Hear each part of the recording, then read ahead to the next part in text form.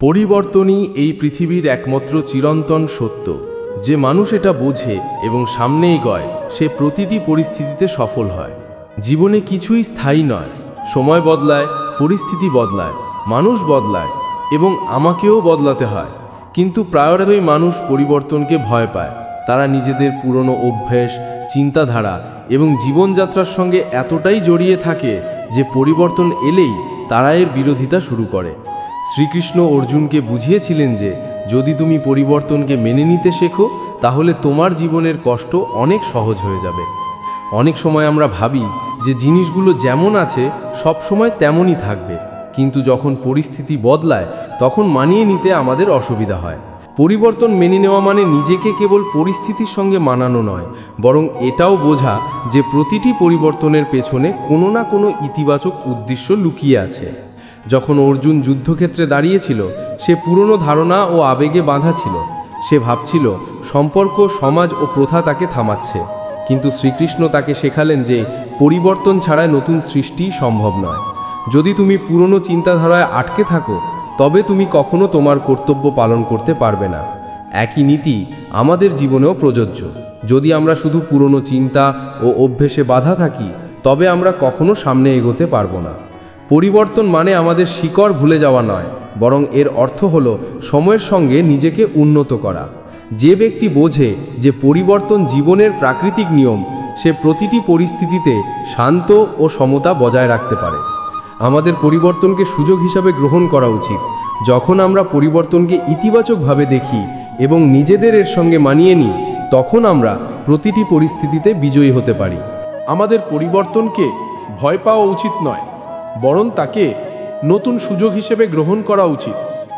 যখন আমরা পরিবর্তনকে ইতিবাচকভাবে দেখি এবং নিজেদের এর সঙ্গে মানিয়ে নিই, তখন আমরা প্রতিটি পরিস্থিতিতে বিজয়ী হতে পারি। অবিনাশ ছিলেন একজন দক্ষ কারিগর, যিনি কাঠ দিয়ে সুন্দর ভাস্কর্য বানাতেন আর আসবাবপত্রও তৈরি করতেন। তার কাজ গোটা গ্রাম জুড়ে খুব প্রশংসিত হতো, কিন্তু তিনি সব সময় পুরনো কৌশল ব্যবহার করতেন এবং নতুন কোনো পদ্ধতি গ্রহণ করতেন না। তিনি বিশ্বাস করতেন যে পুরনো পদ্ধতি সর্বোত্তম, পরিবর্তনের কোনো প্রয়োজন নেই। সময় কেটে গেল এবং ধীরে ধীরে আধুনিক যন্ত্রপাতি বাজারে আসতে শুরু করল। নতুন কারিগররা আধুনিক যন্ত্র এবং নতুন কৌশল ব্যবহার করতে শুরু করল, যার ফলে তারা অল্প সময়ে আরও সুন্দর ও মজবুত আসবাব তৈরি করতে লাগলো। মানুষ তখন তাদের কাছেই যেতে শুরু করলো এবং অভিনবের দোকানে গ্রাহকের সংখ্যা কমতে লাগলো। কিন্তু পরিবর্তনকে গ্রহণ করার বদলে তিনি এটিকে উপেক্ষা করলেন এবং ভাবতে লাগলেন যে একদিন মানুষ আবার পুরনো কৌশলেই ফিরে আসবে। কয়েক বছরের মধ্যেই তার অবস্থা এতটাই খারাপ হয়ে গেল যে তাকে কাজ বন্ধ করে দিতে হলো। হতাশ হয়ে তিনি তার গুরুজির কাছে গেলেন, যিনি ছিলেন এক প্রবীণ কারিগর, এবং বললেন, গুরুজি, আগে আমার কাজ খুব ভালো ছিল, কিন্তু এখন আর কেউ আমার কাছে আসে না। তবে কি আমার শিল্পের আর কোনো মূল্য নেই? গুরুজি মুচকি হেসে তাকে একটি পুরনো গাছের নিচে নিয়ে গেলেন এবং বললেন, দেখো, এই গাছ বহু বছর ধরে এখানে দাঁড়িয়ে আছে। এর চারপাশে বহু ঝড় এসেছে, অনেক গাছ ভেঙে পড়েছে, কিন্তু এই গাছ এখনো দাঁড়িয়ে আছে। তুমি কি জানো কেন? অবিনাশ মাথা নাড়ল। গুরুজি বললেন, কারণ এই গাছ প্রতিটি পরিবর্তনকে গ্রহণ করেছে। যখন প্রবল বাতাস এসেছে তখন এটি নুয়ে গেছে আর বাতাসকে যেতে দিয়েছে। যখন বৃষ্টি এসেছে তখন এটি নিজের শিকড় আরও শক্ত করেছে, কিন্তু যে গাছগুলো শক্ত হয়ে দাঁড়িয়েছিল তারা ভেঙে গেছে। জীবনে একই জিনিস ঘটে। যদি তুমি সময়ের সঙ্গে নিজেকে না বদলাও তবে তুমি টিকে থাকতে পারবে না। ভয় মানুষকে তার প্রকৃত শক্তি চিনতে বাধা দেয়। আমরা প্রায়ই ব্যর্থতার ভয়, ভবিষ্যতের দুশ্চিন্তা, সমাজের প্রত্যাশা এবং অনিশ্চয়তার কারণে আমাদের সিদ্ধান্ত বদলাই বা লক্ষ্য থেকে পিছিয়ে আসি। যখন তুমি নিজের ভেতরে লুকিয়ে থাকা অপরিসীম শক্তিকে চিনবে, তখন কোনো ভয়ই তোমাকে থামাতে পারবে না।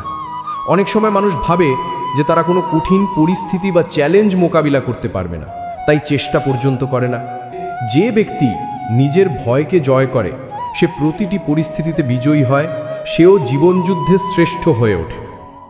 বড় ক্ষতি তখনই হয় যখন আমরা শুধু এই ভেবে বসে থাকি যে যদি আমি কোনো পদক্ষেপ নেই আর সেটা ভুল হয়ে যায় তাহলে কি হবে? কিন্তু যে ব্যক্তি এই ভয় ছেড়ে দিয়ে সম্পূর্ণ নিষ্ঠার সঙ্গে নিজের কাজ করে, সে ধীরে ধীরে ভয়কে দূর করে ফেলে। অনেক সময় আমরা সমাজ, পরিবার, ক্যারিয়ার আর সম্পর্কের চিন্তায় এতটাই জড়িয়ে থাকি যে নিজের প্রকৃত পথ গ্রহণ করার সাহস করি না। জীবনের প্রকৃত উদ্দেশ্য শুধুই ভয় নিয়ে বাঁচা নয়, বরং নিজের ভেতরে সাহসকে জাগ্রত করা। অর্জুন যখন যুদ্ধে নামতে দ্বিধা করছিল, শ্রীকৃষ্ণ তাকে বুঝিয়েছিলেন যে ভয় পাওয়া মানুষ তার নিজের ভাগ্যকেই সীমাবদ্ধ করে ফেলে। যদি তুমি নিজের উপর বিশ্বাস রাখো এবং সঠিক পথে কাজ করো, তবে তোমার কাছে অসম্ভব কিছুই থাকবে না। ভয়মুক্ত হওয়া মানে বিপদকে উপেক্ষা করা নয়, বরং এর অর্থ হলো আমরা আমাদের ভয়কে বুঝব এবং তাকে জয় করব। যখন আমরা আমাদের ভয় কোথা থেকে আসছে তা চিনতে শিখি এবং তার ওপর কাজ শুরু করি, তখন ধীরে ধীরে সেটি শেষ হয়ে যায়। শ্রীকৃষ্ণ বলেছেন, সাহস হলো সবচেয়ে বড় শক্তি, কারণ যে ব্যক্তি নির্ভয়ে কাজ করে সে সর্বোচ্চ লক্ষ্য অর্জন করে। যখন আমরা নিজের ভেতরের সাহসকে চিনতে পারি এবং ভয়কে মোকাবিলা করি, তখন আমরা প্রতিটি পরিস্থিতিতে শান্ত ও ভারসাম্যপূর্ণ থাকতে পারি। ভয় থেকে পালিও না, বরং তাকে মোকাবিলা করো এবং নিজের শক্তিকে চিনে নাও, কারণ নির্ভয়তাই সফলতা ও সুখের মূল চাবিকাঠি। বিকাশ ছিলেন এক প্রতিশ্রুতিপূর্ণ তরুণ সাঁতারু, কিন্তু তার জীবনের সবচেয়ে বড় সমস্যা ছিল সে গভীর জলের ভয় পেত। ছোট জায়গায় সে ভালো সাঁতার কাটতে পারত, কিন্তু গভীর পুকুর বা নদীর কাছে গেলেই তার আত্মবিশ্বাস নড়ে যেত। তার মনে বারবার আসতো, যদি আমি ডুবে যাই। এই ভয় তাকে তার প্রকৃত দক্ষতা দেখাতে দিত না। একদিন তার কোচ তাকে বললেন, যদি তুমি এই ভয় জয় করতে না পারো, তবে তুমি কোনোদিনই একজন মহান সাঁতারু হতে পারবে না। ভয় শুধু তোমার মনের ভেতরেই আছে। তুমি যদি তাকে হারাও, তবে কোনো চ্যালেঞ্জই তোমার কাছে অসম্ভব থাকবে না। বিকাশ সাহস জোগাড় করে একটা বড় পুকুরে নামার চেষ্টা করলো, কিন্তু গভীর জলে পা দিতেই তার ভয় আবার তাকে গ্রাস করলো এবং সে তৎক্ষণাৎ তীরে ফিরে এলো। তার কোচ মুচকি হেসে তাকে একটি সহজ কিন্তু গভীর শিক্ষা দিলেন। তিনি বললেন, ভয় তোমাকে থামায় না, বরং এটি তোমার মনকে পরীক্ষা করে। তুমি যদি ভয়ের কাছে হেরে যাও, তবে এটি অভ্যেসে পরিণত হবে। পরের দিন কোচ বিকাশকে পুকুরের মাঝখানে একটি কাঠের নৌকায় বসালেন এবং বললেন, এখন কোনো সাহায্য ছাড়াই এখান থেকে তীর পর্যন্ত সাঁতার কেটে যাও। প্রথমে বিকাশ খুব নার্ভাস হয়ে পড়ল, কিন্তু সে ভাবল, যদি আমি ভয় পেয়ে হাল ছেড়ে দিই, তবে এই ভয় আমাকে সারা জীবন নিয়ন্ত্রণ করবে। সে গভীর শ্বাস নিল, ভয়কে পাশে সরিয়ে রেখে পূর্ণ শক্তি দিয়ে সাঁতার শুরু করল।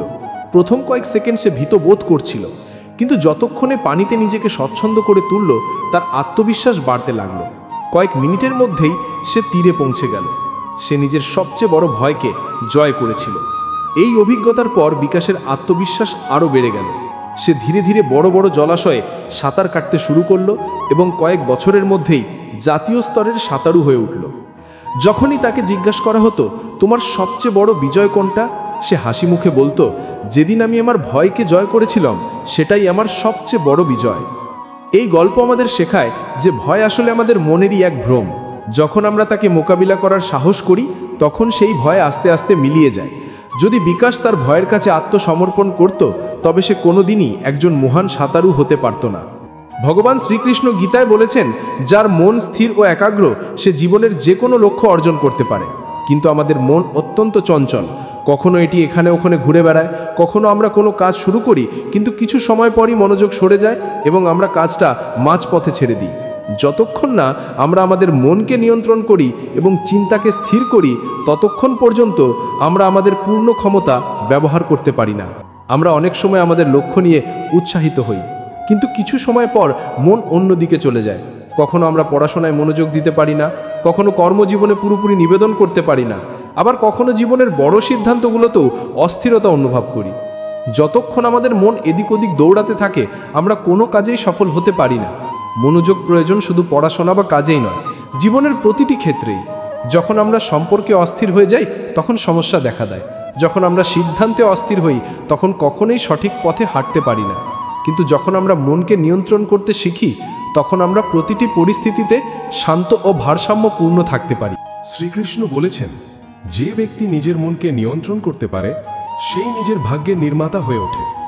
মনের স্থিরতা মানে আবেগ দমন করা নয়, বরং এর মানে হলো আমরা আমাদের শক্তিকে সঠিক পথে ব্যবহার করি। যখন আমরা একটি লক্ষ্যে মনোনিবেশ করি এবং বিভ্রান্ত না হয়ে সেটি অর্জনের জন্য কাজ করি, তখন সাফল্য নিশ্চিত হয়। রাজীব ছিল এক সম্ভাবনাময় যুবক, যে সিভিল সার্ভিস পরীক্ষার প্রস্তুতি নিচ্ছিল। ছোটবেলা থেকেই তার ইচ্ছে ছিল একজন যোগ্য অফিসার হওয়ার, কিন্তু তার সবচেয়ে বড় সমস্যা ছিল যে সে মনকে স্থির রাখতে পারত না। যখনই সে পড়তে বসতো, কিছুক্ষণ পরেই মনোযোগ সরে যেত। কখনো ফোনে সোশ্যাল মিডিয়া দেখতে শুরু করত, কখনো বন্ধুদের সঙ্গে গল্পে মেতে উঠত, আবার কখনো নিজের চিন্তাতেই হারিয়ে যেত। বহুবার সে মনোযোগ দিয়ে পড়ার চেষ্টা করেছে, কিন্তু কয়েক সপ্তাহ পরেই আবার পুরনো অভ্যেসে ফিরে যেত। পরীক্ষা ঘনিয়ে আসছিল, কিন্তু মন একেবারেই স্থির হচ্ছিল না। বারবার পড়া শুরু করত, কিন্তু কোনো না কোনো কারণে মাঝপথে থেমে যেত। একদিন ব্যর্থতায় হতাশ হয়ে সে গ্রামের এক জ্ঞানী বৃদ্ধ সাধুর কাছে পরামর্শ নিতে গেল। সাধুটি ছিলেন অত্যন্ত জ্ঞানী এবং বহু মানুষকে শিক্ষা দিয়েছিলেন। রাজীব নিজের সমস্যা জানিয়ে বলল, আমি মনে প্রাণে কঠোর পরিশ্রম করতে চাই, কিন্তু আমার মন আমাকে সহযোগিতা করে না। আমি নিজেকে বিভ্রান্ত হওয়া থেকে থামাতে পারি না, আর পড়াশোনা নষ্ট হয়ে যায়। আপনি কি আমাকে কোনো সমাধান বলতে পারেন? সাধু মুচকি হেসে বললেন, যদি তুমি মনকে নিয়ন্ত্রণ করতে চাও, আগে বুঝতে হবে কেন তোমার মন চঞ্চল। একটা কাজ করো, এই নদীর ঘাটে গিয়ে একটা গ্লাসে জল ভরে নিয়ে এসো, কিন্তু সাবধান, এক ফোঁটাও যেন না পড়ে। রাজীব গ্লাস নিয়ে নদীর দিকে গেল। জল ভরে ফিরে আসতে লাগলো। পথে দেখলো অনেকে গল্প করছে, কিছু বাচ্চা খেলছে, আবার অনেকে জোরে তর্ক করছে, কিন্তু রাজীবের পুরো মনোযোগ ছিল কেবল গ্লাসের দিকে। এত সতর্কভাবে হাঁটলো যে এক ফোঁটাও জল পড়ল না। সাধুর কাছে পৌঁছে সাধু জিজ্ঞেস করলেন, পথে কি কি দেখলে? রাজীব বলল, আমি কিছুই মনে করতে পারছি না, কারণ আমার পুরো মনোযোগ ছিল এই গ্লাস সামলানোর দিকে। সাধু হেসে বললেন, এটাই তোমার সমস্যার সমাধান। যখন তোমার লক্ষ্য পরিষ্কার হবে এবং তা অর্জনের প্রতি তুমি সম্পূর্ণ মনোযোগী হবে, তখন বাইরের কোনো কিছুই তোমাকে বিভ্রান্ত করতে পারবে না। পড়াশোনাকে ঠিক এভাবেই দেখতে হবে। যখনই মন সরে যাবে, নিজের লক্ষ্যকে দেখো এবং নিজেকে প্রশ্ন করো, এই বিভ্রান্তি কি আমার লক্ষ্যের চেয়ে বেশি গুরুত্বপূর্ণ? রাজীব নিজের ভুল বুঝতে পারল। মনকে স্থির রাখার জন্য সে একটি নতুন নিয়ম বানালো। প্রতিবার যখন মন সরে যাবে, তখন নিজেকে মনে করিয়ে দেবে, এটা কি আমার সাফল্যের চেয়ে বেশি গুরুত্বপূর্ণ?